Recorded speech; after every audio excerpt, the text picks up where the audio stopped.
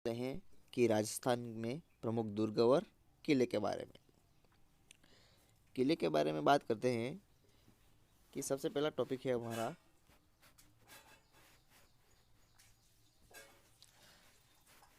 राजस्थान के में प्रमुख दुर्ग और किले।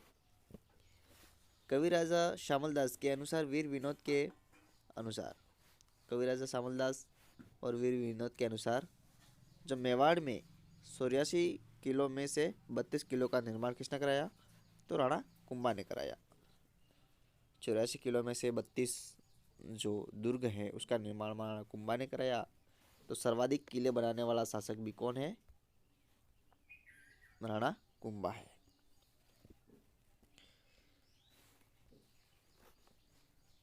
दुर्गों का वर्गीकरण। अब आता है अगला दुर्गों का वर्गीकरण। शुक्र नीति के अनुसार जो 9 प्रकार के दुर्ग बताए गए हैं। कितने प्रकार के? शुक्र नीति के अनुसार 9 प्रकार के दुर्ग बताए गए हैं। और कौटिल्य के अनुसार कितने दुर्ग हैं? तो कौटिल्य के अनुसार बात करते हैं तो 4 प्रकार के दुर्ग हैं। कितने प्रकार के कौटिल्य के अनुसार? 4 प्रकार के हैं। ठीक है दोस्तों, चलिए अब आगे चलते हैं। तो दुर्गों का वर्गीकरण किसके अनुसार किया गया? तो दुर्गों का वर्गीकरण है वो मनुस्मृति के अनुसार किया गया। किसके अनुसार? मनुस्मृति के अनुसार। कौटिल्य के अनुसार जो दुर्गों की कितनी श्रेणियां बताई गई? तो दोस्तों दुर्गों के अनुसार जो कौटिल्य के अनुसार दुर्गों की श्रेणियां हैं 4 श्रेणियां बताई गई। कितनी? 4 श्रेणियां। मोस्ट इंपोर्टेंट बात करते हैं। तो पहला है औदिक दुर्ग। पहला दुर्ग है औदिक दुर्ग। दूसरा है धावन दुर्ग। तीसरा है गिरि दुर्ग। तो चौथा कौन सा दुर्ग है? वन दुर्ग। अपना वन दुर्ग की श्रेणी में आता है। तो दोस्तों औदिक दुर्ग किसे कहते हैं? औदिक दुर्ग जो चारों ओर से जल से गिरा हुआ दुर्ग होता है उसको औदिक दुर्ग कहते हैं। और धावन दुर्ग जो धानवन दुर्ग है वो रेत या मरुस्थल से घिरा हुआ दुर्ग है उसको क्या बोलते हैं? धानवन दुर्ग कहते हैं। अगला है तीसरा है गिरि दुर्ग। तो गिरि दुर्ग की बात करते हैं। गिरि दुर्ग किसे कहते हैं? जो पहाड़ी या पठार पर स्थित दुर्ग। जो पहाड़ पर होता है या पठार पर होता है तो उस दुर्ग को क्या बोलते हैं? गिरि दुर्ग की श्रेणी में रखते हैं। और चौथा दुर्ग है अपना वन दुर्ग। कौन सा दुर्ग? वन दुर्ग। जो चारों ओर वन से चारों ओर वन से घिरा हुआ दुर्ग। जो चारों ओर वन होता है, जिस किले या दुर्ग के चारों ओर क्या होता है? वन पाए जाते हैं। उस दुर्ग को हम क्या कहते हैं? वन दुर्ग की श्रेणी में रखते हैं। ठीक है। अब सबसे नोट नोट लगा के मैंने लिखा है इंपॉर्टेंट क्वेश्चन। ठीक है, इंपॉर्टेंट ये प्रश्न बनने वाला है यहाँ पे। कौटिल्य या मनुस्मृति के अनुसार सर्वश्रेष्ठ दुर्ग कौन सा है? तो अपन क्या जवाब देगा? उसका आंसर कौन सा देंगे? गिरि दुर्ग। कौन सा? गिरि दुर्ग देंगे। ठीक है दोस्तों, तो इस प्रकार से हम देंगे। चलिए अपन सबसे बड़े अपन किले की बात करते हैं। किसकी बात करते हैं? किले की बात करते हैं।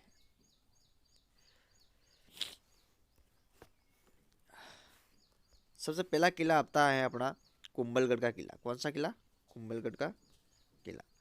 कुंभलगढ़ के किले में कुंभलगढ़ के किले में बात करते हैं अपन। अन्य नाम क्या है? मेवाड़ का मेरुदंड किस किले को कहते हैं? तो मेवाड़ का मेरुदंड है वो कुंभलगढ़ किले को कहते हैं। मेवाड़ का संकटकालीन किला, मेवाड़ का संकटकालीन किला भी इसी किले को कहते हैं, कुंभलगढ़ किले को कहते हैं। मारवाड़ सीमा का प्रहरी, यो भी किसको कहते हैं? कुंभलगढ़ किले को कहते हैं।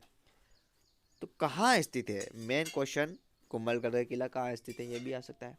तो कुंभलगढ़ का किला कहाँ स्थित है? राजसमंद में। कहाँ स्थित है? राजसमंद में स्थित है। निर्माण निर्माण किसने कराया था? तो कुंभलगढ़ किले का निर्माण राणा कुंभा ने कराया था। कब कराया था? तो 1458 ईस्वी में कराया था। कब कराया था? 1458 ईस्वी में कराया था।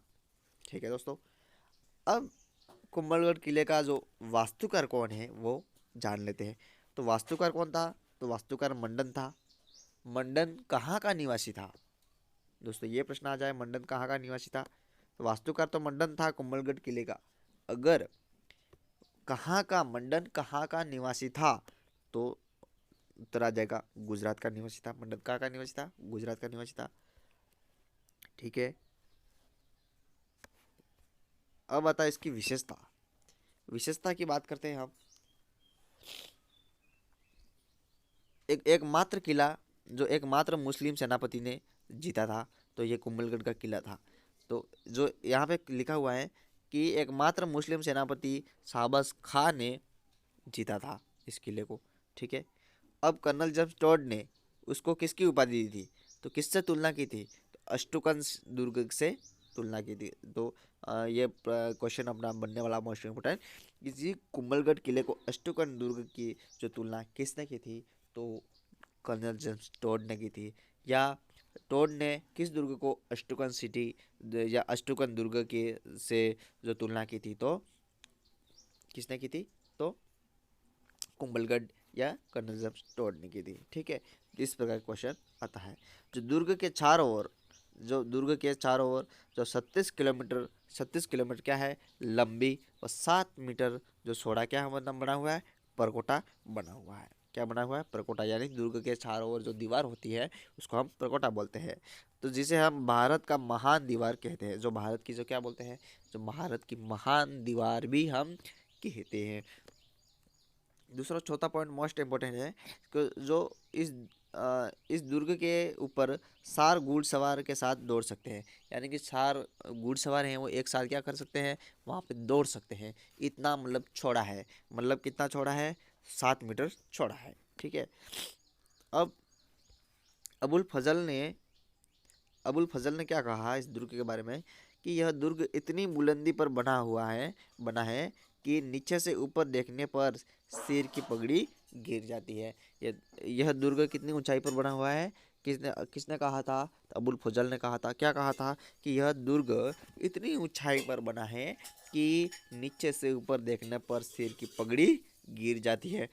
तो यह दुर्ग किसने कहा था, यह भी आ सकता है, तो अबुल फजल ने कहा था, ठीक है दोस्तों।